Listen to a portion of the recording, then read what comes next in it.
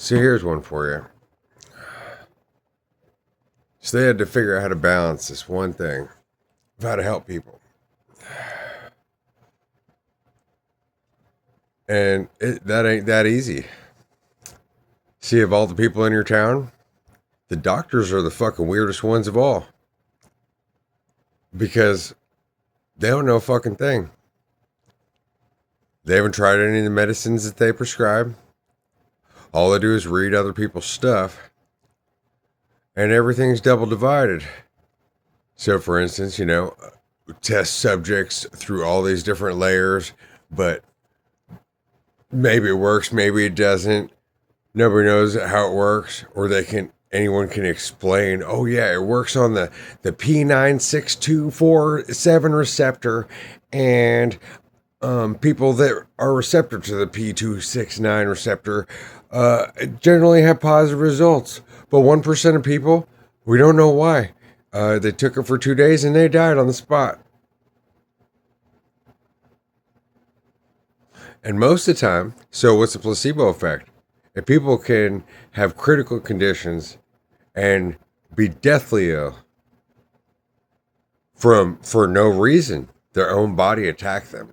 But then the doctors say, oh, we can fix it by attacking you from every direction and using all these really expensive means. And maybe or maybe not, we can save your life. And some people just go,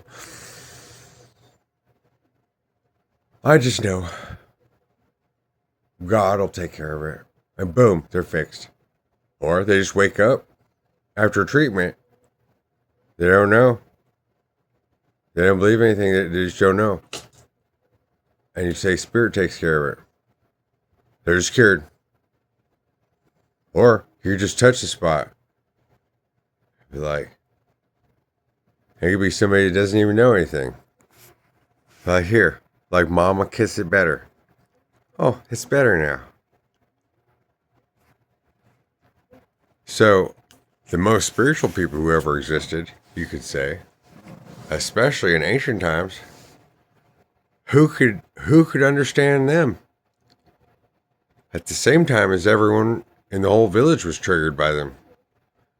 And even the elders, the mathematicians, the star people, whatever, those that knew things about different things. When there was an answer that they didn't have, they have to go find the weird one. The one that grew up and for some reason, ate the poisonous mushroom and almost died and was cured on the spot, but everybody else ever died from that. The miracle child. And then had a calling and just would know things that were inexplicable. Like, I could tell somebody's coming. What are you talking about? You're weird. Who's coming? I don't know. The white man. Oh, whatever. But then there's all kinds of people who are crazy that say all kinds of weird shit. And that's the way normal people are. But mostly they just copy each other. And the most learned are the dumbest of all. Because they just repeat everything that they heard like a parrot. Or they only have their own experience. They don't have any experience from others.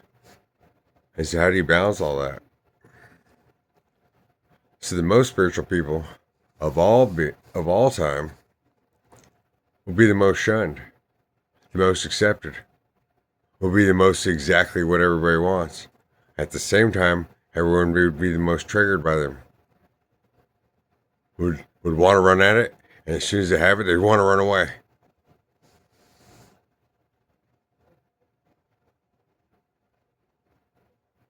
So what's a shaman? Those that are chosen, truly chosen, you could say in this day and age, are the most dangerous people who exist.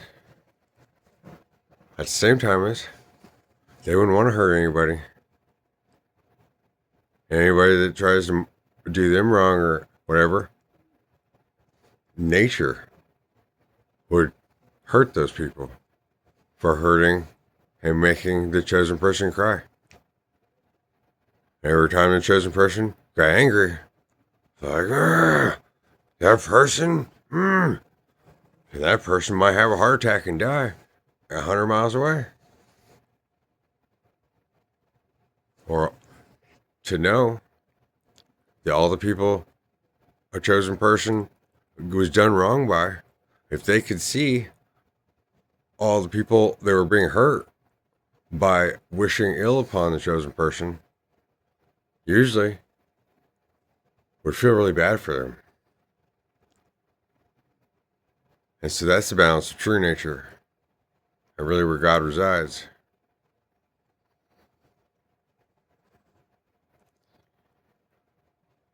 There's not very many chosen people.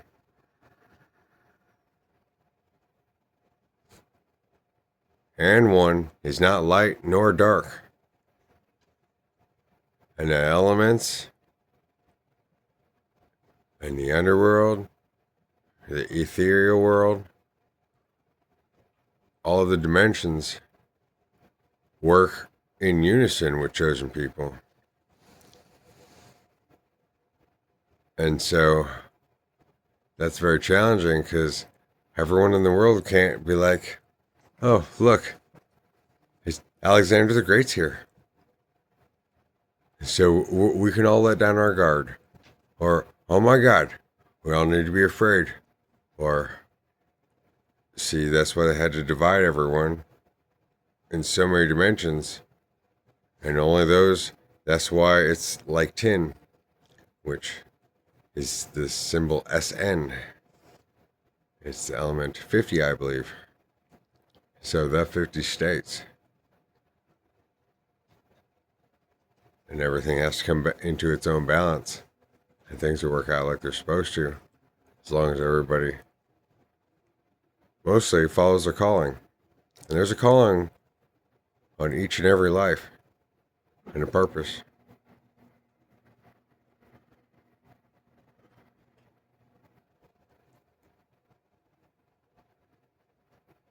There are very few chosen. Truly. And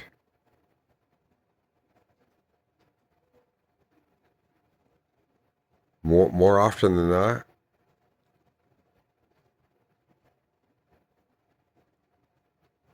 the weird thing about it, because the universe, that the material world is the mother tied to God, who doesn't have a body, and so the whole physical reality is of the Divine Mother.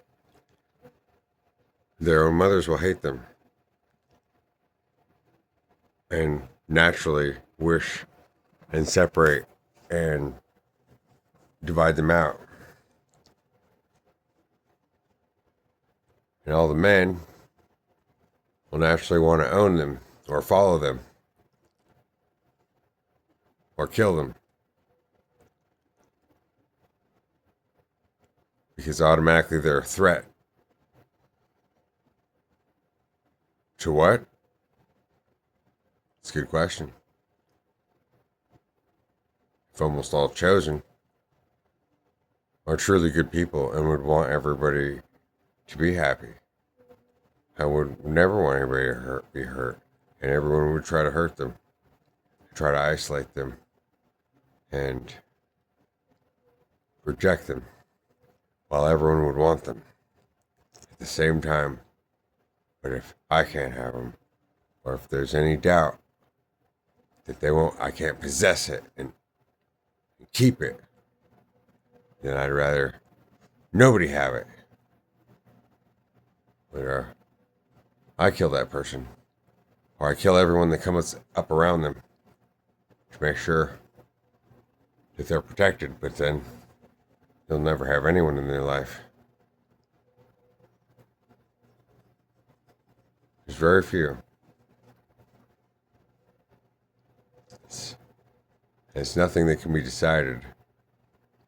Each person has to find their calling and why they came here and what they came here to do. And it'll become clear. At the same time is, well, nobody owns this realm.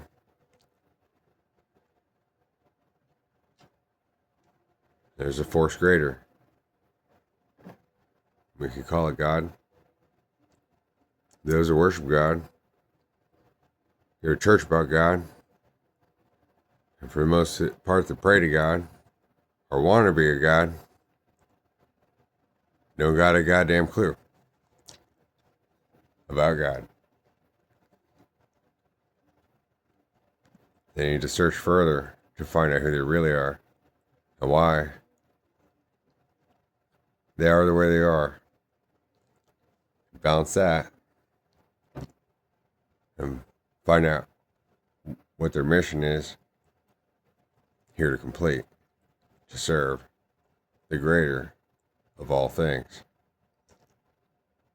without getting too delusional about it. At the same time, well, it's dangerous to say because, well, everyone's fucking delusional. For the most part. Yeah. But you could take the ego too far and say, and misunderstand me. He who has the greatest delusion has the greatest power. If mind controls everything. But there was a mind here before anyone could say that there was consciousness. And it wouldn't be that hard. In a way it would. Equally so to some degree. To wipe out all of the human race. But not really. Some would survive almost no matter what. But I can tell you right now, the whole planet could be covered in lava. Almost anything could happen to the Earth.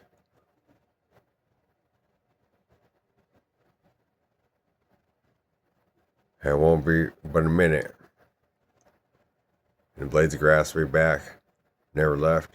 Trees will be back. Reptiles will be back. Birds will be back. The fish will be back. The ants, the mosquitoes will be back. The cockroaches will be back. The spiders will be back. There ain't no way you're going to wipe out all of them. Now you're a meteor wiped out every human being on the Earth. And there was a nuclear winter and the whole planet was covered in ice for 1,000 years. Where it looked completely barren.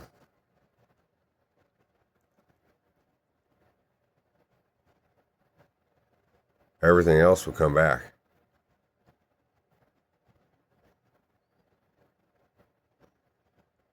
Even though things that, even the eagles will be back.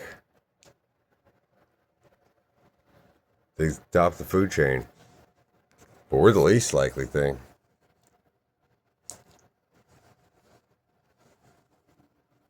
We can teach each other and live. Coexist together.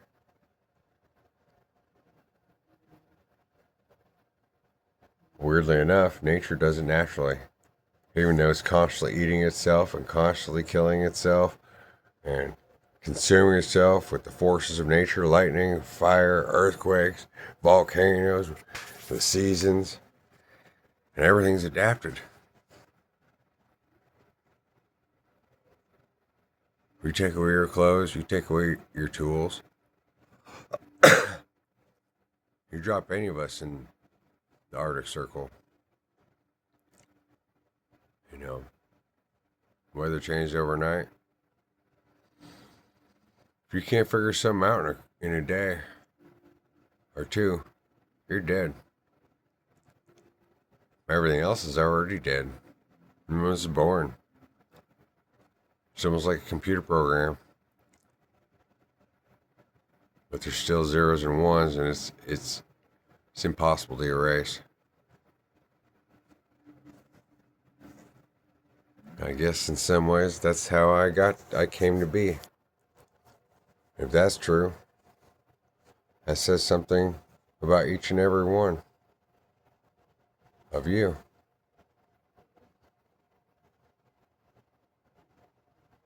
Just keep that in mind.